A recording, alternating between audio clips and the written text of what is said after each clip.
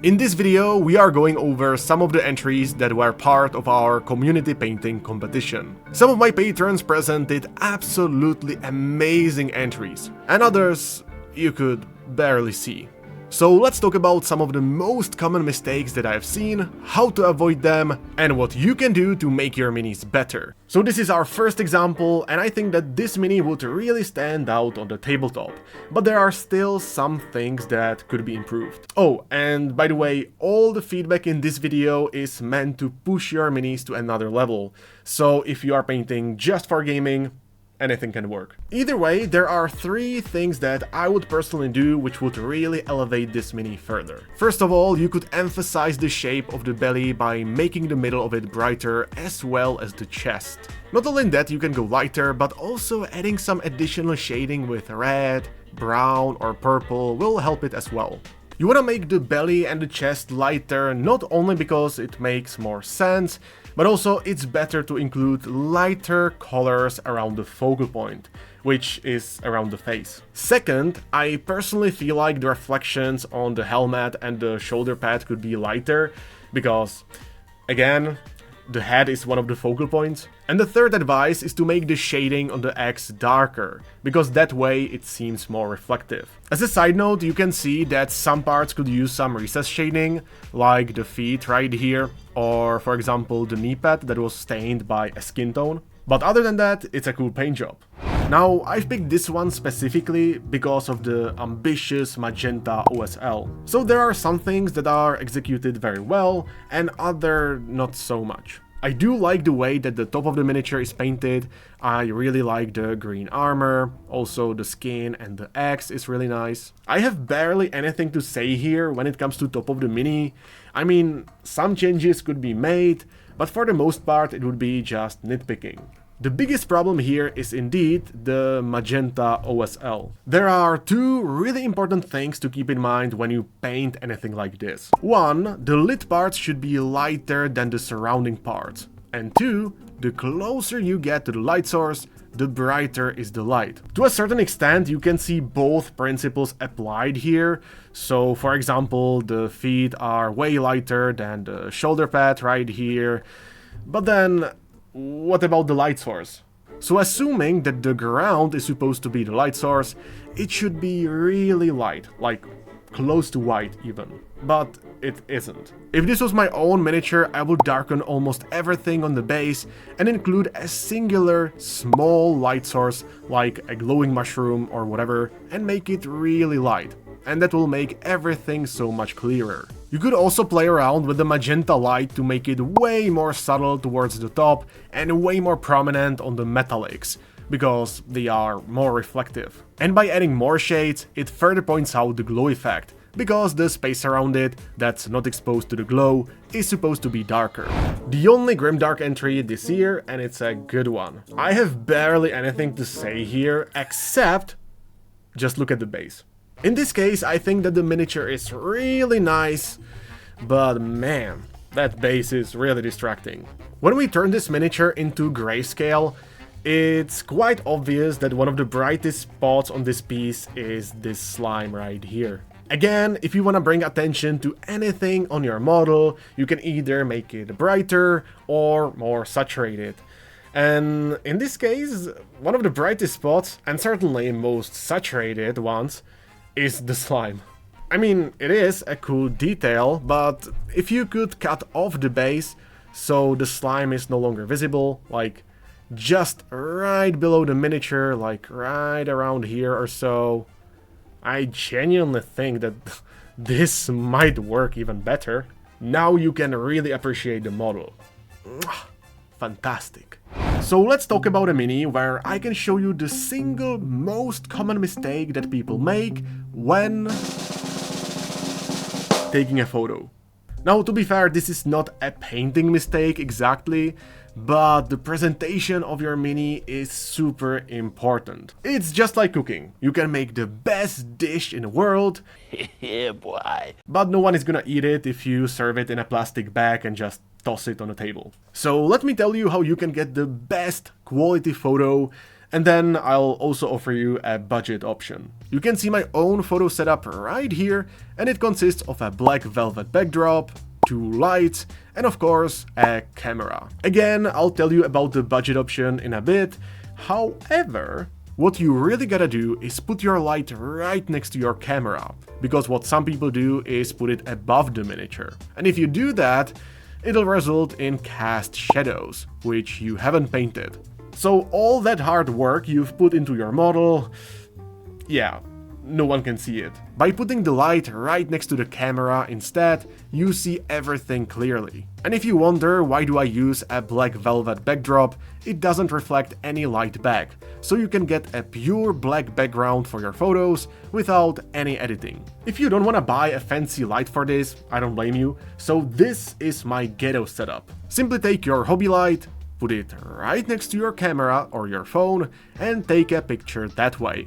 Add a sheet of paper as a backdrop, and congratulations! You are now a pro photographer. Luckily for us, this painter also sent me another photo once the competition was over, and just look at that. Look at that difference. Now you can really appreciate how neatly painted it is. I especially love the hammer, all the little copper bits all over the place, and just look at that skin. Disgusting. In a good way. I also like how the mini is brighter towards the top, so the chest and the head are the lightest parts, and that brings the attention to the focal point. But there are 2 more mistakes that I should definitely mention. The first one is that the base is not painted. And generally speaking, you should definitely paint everything that's on the base, and especially if it's like a natural material, because if you put there like little sticks and stones, then if you don't do any shading, it will look out of scale, like it doesn't belong there. And the second thing is the helmet. This is supposed to represent bronze or copper, but unfortunately it doesn't feel reflective enough. So to fix that, you gotta make the reflection brighter and have less midtones. And if you do that, voila! Now it feels more reflective. But honestly, I really do like this paint job, so the biggest problem beforehand was seeing this photo, because I couldn't see anything properly. Harbinger of Decay. So this is one of my favorite miniatures from Age of Sigmar, and on this edition I wanna point out just one important thing. Oftentimes people will tell you that you gotta make your miniatures more saturated, and that you gotta have higher contrast and make them brighter and whatnot, but that's only partially true. When it comes to this mini, everything is saturated, and that's the problem. If everything is saturated, or if everything is high contrast and everything stands out, then nothing really stands out. Making your stuff colorful is fine, but you can also use more neutral colors to support the main ones. So when it comes to saturation and contrast, it's better to apply it selectively, not everywhere all the time. And in this case, at the very least, I would make the fabric less saturated, so it doesn't stand out so much.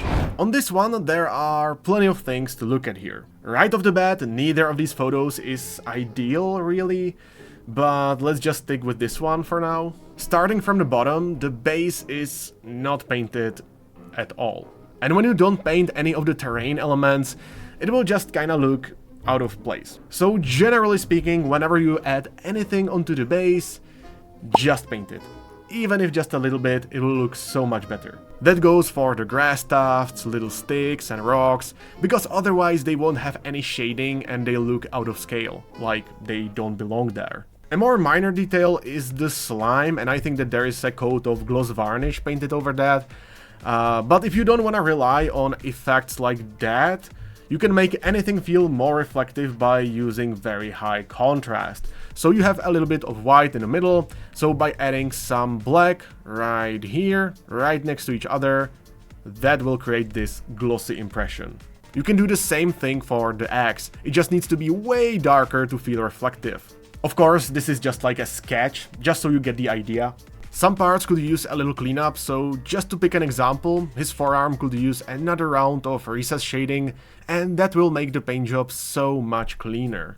Even the sides of the belly and the skin overall could use some darker tones, which might make it appear more sickly.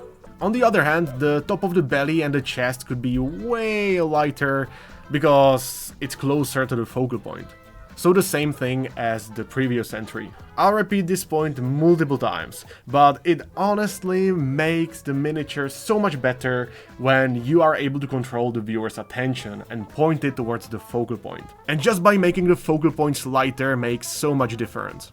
I also shaded these tiny holes and just look at that. So much better.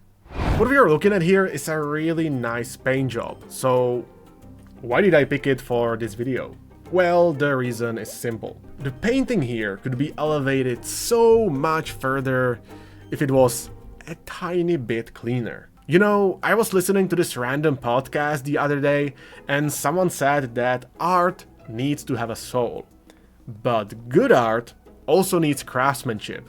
Otherwise, it's just a mess. And for some reason, it really stuck with me. Now, I'm not saying that this miniature is a mess.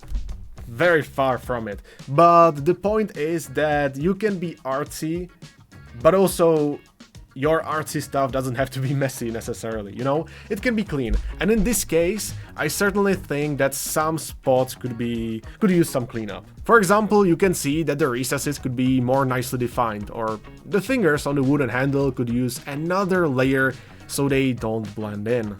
And generally speaking, the paint could be applied more neatly. That's especially obvious on the skulls or these thick lines on the shoulder pad. Overall, the big picture stuff here is really good. It's excellent even. So it's all those little details and that cleanup that will make it so much better. Another Lord of Plague, and this one is wonderful, just amazing, and just look at all those details. Fantastic.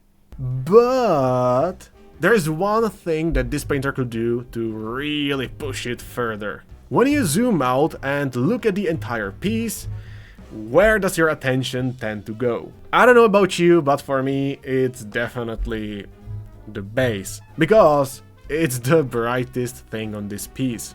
This is exactly the reason why I don't like snowy bases. But if you wanted to make this idea work better, just make the snow darker, as if it's in the middle of the night, or in shadow. That way you still got those winter vibes, and the attention goes to the top of the model. You can do something like this by using a standard texture paste or milliput and painting it light blue, or something like that. But still, absolutely amazing work. There is no clear mistake on this one, but holy shit, this is amazing, and I just gotta talk about it and show you. This mini is from a talented painter from our Patreon community who really likes to use plenty of colors on her minis, and here it's quite obvious. For example, just look at the green armor and the shading right here, which is made with red. This might sound a bit strange to some of you, and don't get me wrong, to a certain extent it is. But it works because when you turn this mini into grayscale, the bottom side is darker than the top of the knee pad. Aside from using this very interesting color palette, there is another notable feature. Just imagine every color on a scale of 1 to 10, where 1 is black and 10 is white. Usually on my own models I try to use the entire scale, so there will be some black, some white, and many midtones in between. If you want to paint something reflective like non-metallic metal, you need to use colors that are near the extremes, and not too many midtones. So that's exactly why people say that you need high contrast for non-metallic metal. However, this model uses mostly colors that are within the range of 3 to 8 or so. So the painter intentionally limited the light range, avoiding colors that are close to white or black. And somehow, it still works! What's especially surprising is that the limited light range works even on non-metallic metal,